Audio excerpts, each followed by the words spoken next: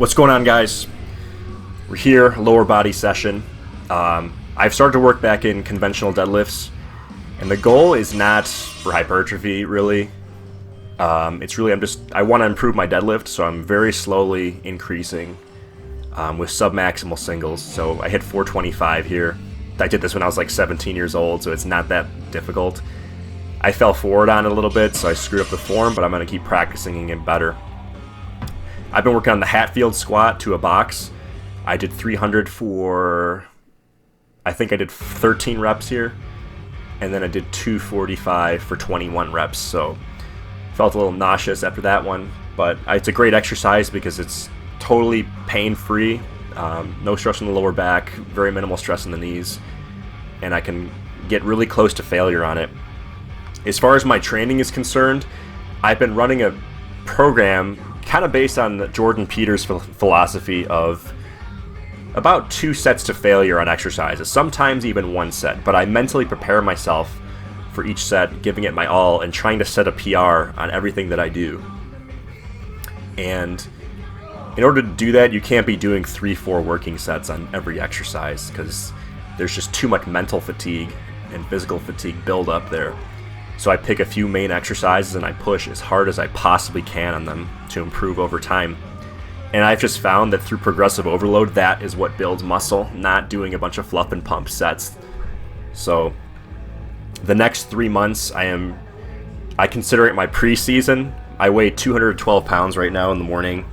I'm not going to go any higher than probably 220 and stay as lean as possible. And I'll stay in a small calorie surplus and start dieting for the Arnold or the Illinois State show in May.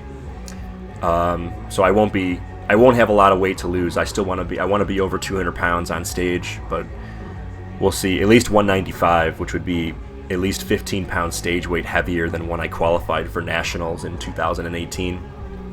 I'm carrying a lot more mass than I was then. So we're coming along. There's been a lot of life changes going on, and I'm in a position right now in my life where I'm going to make this happen. I want to turn pro in physique, and I think that I can make it happen. I think that I have the genetics. I think that I have the work ethic, and the stars are aligned right now to really make this dream come true. So I just want to thank everyone that's followed me on this journey, and starting with my transformation video and everything that I've been through over the past 5 years. It means a lot to me that you guys watch these videos and send me the messages on Instagram. Here we hit reverse band leg press. I've been using reverse bands on the hack squat and now the leg press, and I'm experimenting with it on a number of exercises because it kind of, on machines, I notice in the bottom position, it always feels like crap on my knees and my lower back. So what this does, it takes some pressure off the lift in the bottom position, and then the strength curve gets more difficult as you push up, so it really blasts the quads hard. And there's no pain whatsoever when you use this method because it's the natural strength curve of the exercise. So it makes it slightly less difficult in the bottom, and I can go lower actually and then push on the way up, and it's like you're pushing more weight as the sled gets higher. I did this just 1 set to failure. I hit 26 reps on this, and when I watch these videos, it's like, shit, I'm not really going to maximum failure. Like, I think mentally in my head, I feel like it's failure, but I'm watching these videos, I'm like, you know what, I could have done better.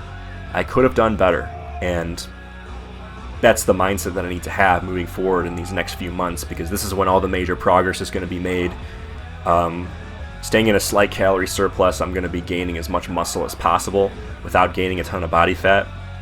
Not that it's impossible to gain muscle in maintenance or even a deficit. I think it's a total myth.